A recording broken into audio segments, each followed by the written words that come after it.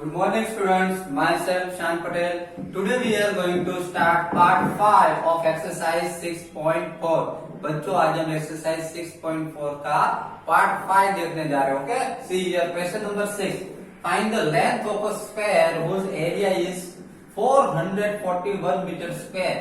यहाँ पे हमको ऐसा बताया गया है कि एक स्क्वायर है जिसका एरिया 441 मीटर स्क्वायर है, उसकी हमको लेंथ फाइंड करनी है. ओके, समझ लीजिए कि लेंथ जो है, let the length of side of a square is equal to x metre. अब हम वो जो स्क्वायर जो है उसकी साइड हम ले लेते हैं x मीटर. ओके, तो आपको पता है कि एरिया ऑफ स्क्वायर का फॉर्मूला क्या होता है. सो एरिया ऑफ स्क्वायर, आपको पता है कि एरिया ऑफ स्क्वायर का फॉर्मूला होता है साइड मल्टीप्लाई बाय साइड. क्या होता है? Side multiply by side. Okay, so area of square तो हमको दे दिया. एरिया ऑफ स्क्वायर हमको कितना दे दिया है? 441. Side multiply by side, side एक साइड हमको पता है. स्क्वायर में आपको पता है कि स्क्वायर की सभी साइड सेम होती है. एक साइड मुझे पता है कि x है, तो दोनों सभी साइड x ही होगी, तो x मल्टीप्लाई बाय x होगा. सो 441 x मल्टीप्लाई x कितना होगा? x स्क्वायर हो जाएगा. ओके, अब हमको पता है कि 441 का अगर मैं स्क्वायर रूट फाइंड करूं, देखिए स्क्वायर रूट फाइंड करके देखते हैं. 441 का 441 इसका मैं स्क्वायर रूट फाइंड करूं तो 2 से ओड नंबर है, तो 2 से तो हो नहीं सकता, तो 3 से करता हूं. 4 प्लस 4 8 प्लस 1 9 9 है, 3 के टाइम में आता तो 3 से हो जाएगा डिवाइड. 3 बन जा 3, 1 डिजिट बचा, 1 4 14, 3 4 जा 12, 2 बचे, 3 7 जा 21. ओके, नाउ ये 3 से होगा. 1 प्लस 4 5, 5 प्लस 7 5 प्लस 7 12, 12 है. यस, सभी डिजिट का अगर मैं एडिशन करूं 1 प्लस 4 5, 5 प्लस 7 12, सभी डिजिट का एडिशन तो 12 होता है. 12 होता है वो 3 के टेबल में आता है, तो यस ए नंबर 3 से डिवाइड हो जाएगा. देखो 14 है तो 3 4 जा 12 कर सकता हूं. 12 है तो यहाँ पे 2 बचा, 2 7 27, 3 9 जा 27. क्लियर? नाउ अभी देखिए 49 है तो 4 प्लस 9 13 होता है, तो 3 से तो डिवाइड कर नहीं सकते. ये नंबर 3 से डिवाइड नहीं होगा तो बाद में हम किससे डिवाइड करेंगे? 5 से. 5 से तो लास्ट डिजिट 0 या 5 हो तो ही 5 से डिवाइड होता है, वरना नहीं होगा. तो अभी 7 से देखते हैं. 7 7 जा 49 एंड देन 7 1 जा 7. अगर हम इसका स्क्वायर रूट फाइंड करने जाए तो देखिए इसका स्क्वायर रूट कितना मिलेगा? 3 मल्टीप्लाई 3 3 स्क्वायर और 7 मल्टीप्लाई 7 कितना मिलेगा? Square root 3 square plus 7 square. ना पता चले तो इस तरीके से यहाँ पे 4 4 1 की जगह पे ऐसा लिख सकते हैं. 3 multiply 7 multiply 7 is equal to x square. Okay, 4 4 1 के फैक्टर्स फाइंड किए. 3 multiply 7 multiply 7.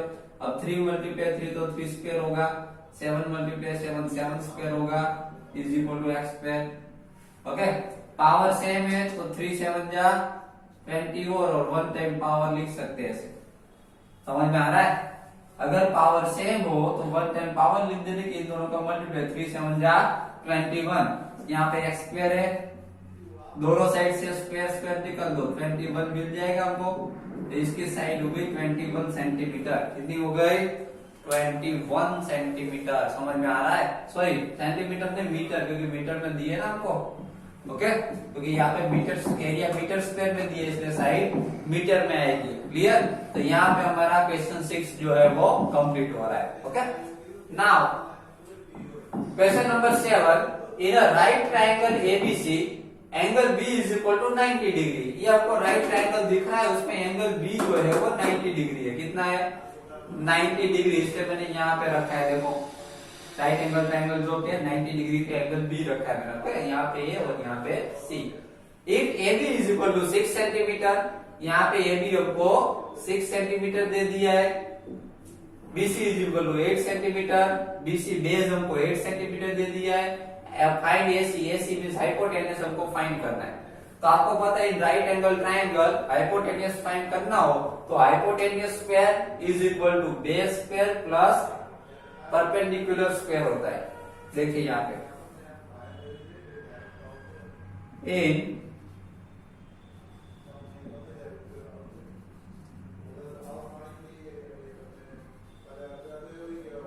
Right angle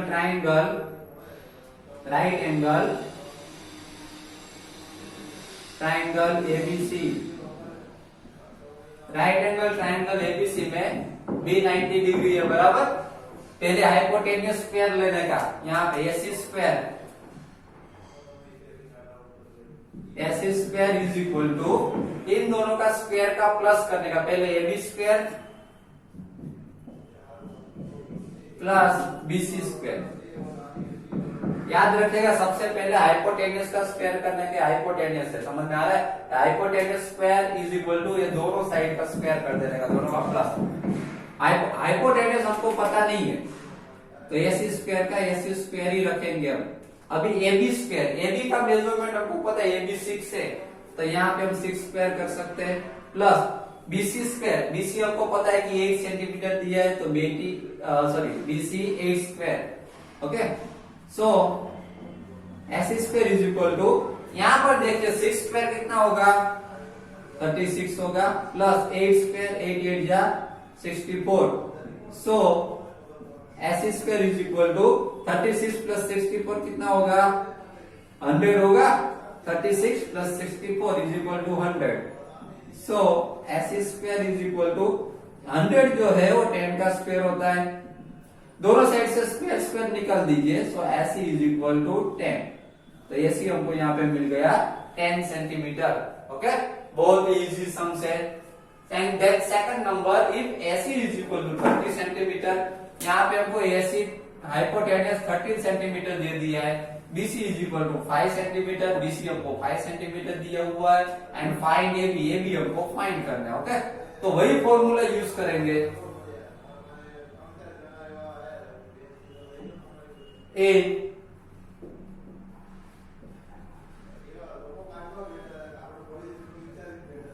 right angle triangle ABC, in right angle triangle ABC, AC square means hypotenuse square is equal to base square plus perpendicular square means AB square plus BC square।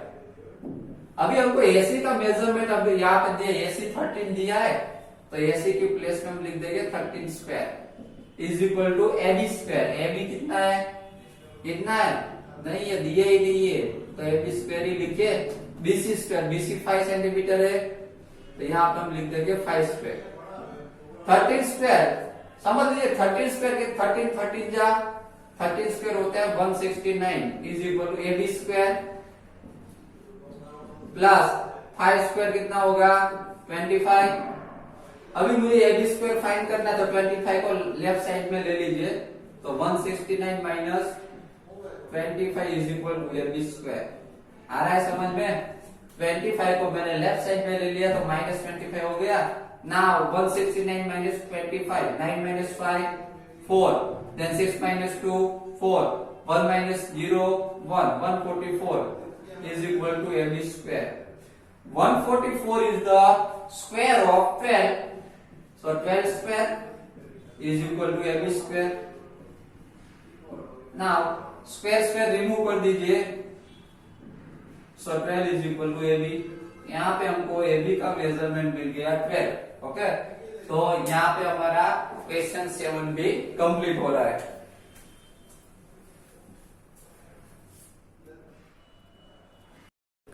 Now question number 8, a gardener has 1000 plants.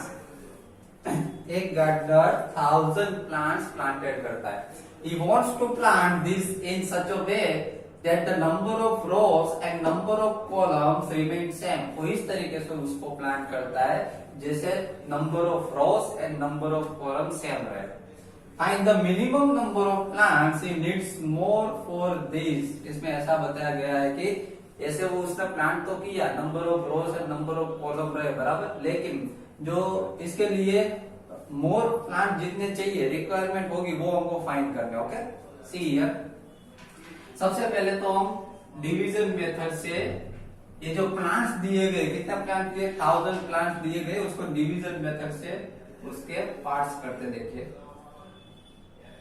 ये 1000 है।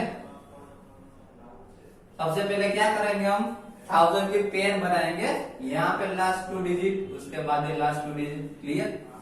सबसे पहले हम यहाँ पे 10 का use करेंगे, square बोलते जाइए। 1 स्क्वायर 1, 2 स्क्वायर 4, 3 स्क्वायर 9, 4 स्क्वायर 16।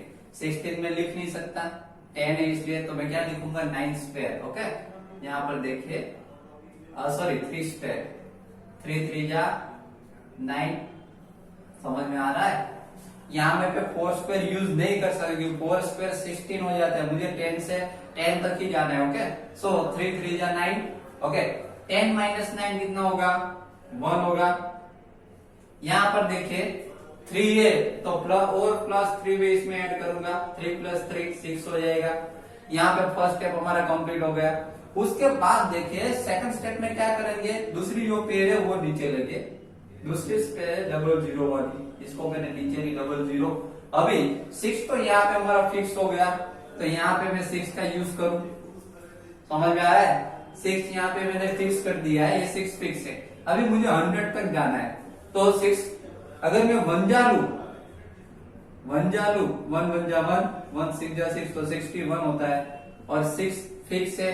2 जा लू, 2 2 जा, तो 2 2 जा 4, 2 6 जा 12, 2 जा 124 हो जाता है। यहाँ पे मैं 124 का यूज नहीं कर सकता, तो मैं 1 जा लूंगा। यहाँ पे 6 1 जा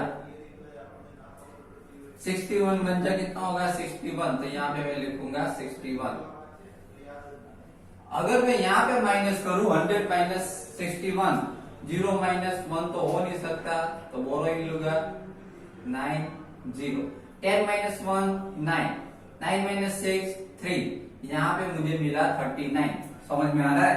ओके, तो यहाँ पे मेरे पास रिमाइंडर कितनी बची, 39। यहाँ पे मेरे पास रिमाइंडर है। ओके, नाउ ठीक है, रिमाइंडर हमारे पास 39 बची है, लेकिन हमको चाहिए क्या, हमको चाहिए find the minimum number of plants in needs more for this. देखिए 31 है, हमको आंसर मिला है यहाँ पे 31, तो सबसे पहले ना 31 स्क्वायर कीजिए। हियर 31 स्क्वायर, यहाँ पे मैं 31 का स्क्वायर करूंगा तो देखिए कितना आंसर आता है। 31 स्क्वायर करे तो 31 मल्टीप्लाई बाय 31 करें हम, तो देखिए 1 1 जा 1, 1 3 जा 3 0, 3 1 जा 3, 3 3 जा 9, सो 1 3 प्लस 3 6 एंड 9 961 कितना आया 961। ओके, अगर मैं 32 स्क्वायर करूं, उसके बाद वाला डिजिट 32 स्क्वायर, 32 मल्टीप्लाई बाय 32, 2 2 जा 4, 2 3 जा 6 0, 3 2 जा 6, 3 3 जा 9, 4 6 प्लस 6 12, 1 कैरी 1024।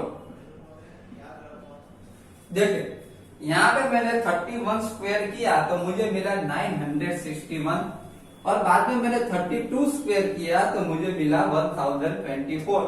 तो देखिए यहाँ पे हमको पता है कि 1024 जो आपको दिख रहा है, और यहाँ पे हमारे पास क्वेश्चन है 1000। ओके, तो परफेक्ट स्क्वायर लाने के लिए, परफेक्ट 1000 ये परफेक्ट स्क्वायर 32 लाने के लिए 1000 में 24 ऐड करना पड़ेगा। माइनस करके देख लीजिए तो भी पता चल जाएगा। यहाँ पे देखिए, सो 1024 माइनस 1000 में करूंगा तो मुझे यहाँ पे आंसर मिलेगा 1024, और उसमें से 1000 में माइनस करूं, यहाँ पे मुझे कितना मिलेगा 24। तो अभी हमको और 24 प्लांट्स की जरूरत है। ओके, सो रिक्वायर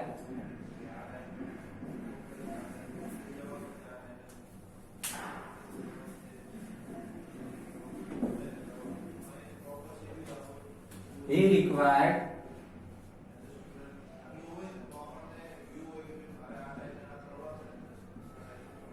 more 24 plants। समझ में आ रहा है, उसको और 24 प्लांट्स की जरूरत है। क्लियर? तो यहाँ पे हमारा क्वेश्चन नंबर 8 जो है वो कंप्लीट हो गया। Now question number 9, these are 500 children in a school. एक स्कूल में 500 चिल्ड्रन है। कितने हैं? 500। For a PT drill they have to stand in such a manner that the number of rows is equal to the number of columns। Row और column same होनी चाहिए। How many children would be left out in this arrangement? तो कितने children बाहर निकल जाएंगे? देखिए यहाँ पे इसी तरीके से करेंगे सेम। सबसे पहले डिवीजन मेथड यूज करेंगे। 500 की लास्ट 2 डिजिट और ये 1 डिजिट। ओके, यहाँ पे 5 है तो मैं 2 2 जा 4, 1 स्क्वायर 1 होगा, 2 स्क्वायर 4 होगा, 3 स्क्वायर 9 होगा। तो 9 तो यूज कर नहीं सकते, तो 2 स्क्वायर यूज करेंगे। 2 2 जा 4। यहाँ पे देखिए 5 माइनस 4 कितना होगा? 1 होगा। ये डबल जीरो जो है वो नीचे ले लीजिए। ये 2 है तो उसका प्लस 2 और 4 हो गया। अभी डबल जीरो मैंने नीचे ले लिया। यहाँ पे 100 है, यहाँ पे 4 तो फिक्स हो गया मेरे पास, 4 फिक्स है। यहाँ पे मैं 1 लू, पहले 2 ले लेता हूँ क्योंकि 41 बन जाए, 41 ही आएगा। 2 लू, 2 2 जा, तो 2 2 जा 4, 2 4 जा 8, 3 लू तो 3 3 जा 9, 3 4 जा 12, 3 लू तो 129 हो जाएगा। तो मैं क्या यूज करूंगा? यहाँ पे 2 जा, तो यहाँ पे 2 जा यूज करूं 84। यहाँ पे अब 100 में से मैं 84 को माइनस करूंगा तो मुझे मिलेगा यहाँ पे 10 9 0। 10 minus 4 6 and 9 minus 8 1। Okay, 0 minus 0 0। यहाँ पे देखिए यहाँ पे 22 जो है वो रो बनेगी। कितनी रो बनेगी? 22।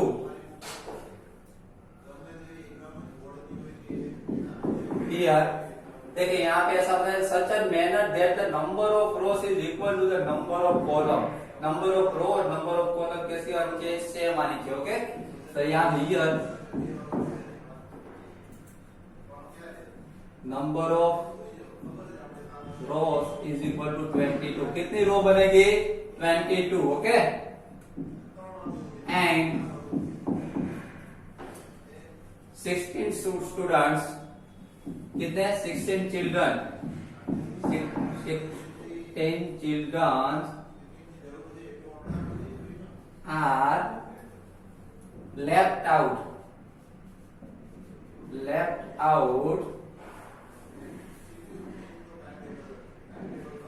of this arrangement।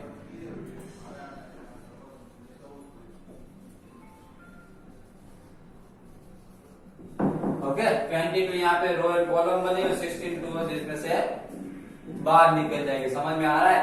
तो बच्चों यहाँ पे हमारा क्वेश्चन नंबर 8 और 9 भी कंप्लीट हो रहा है।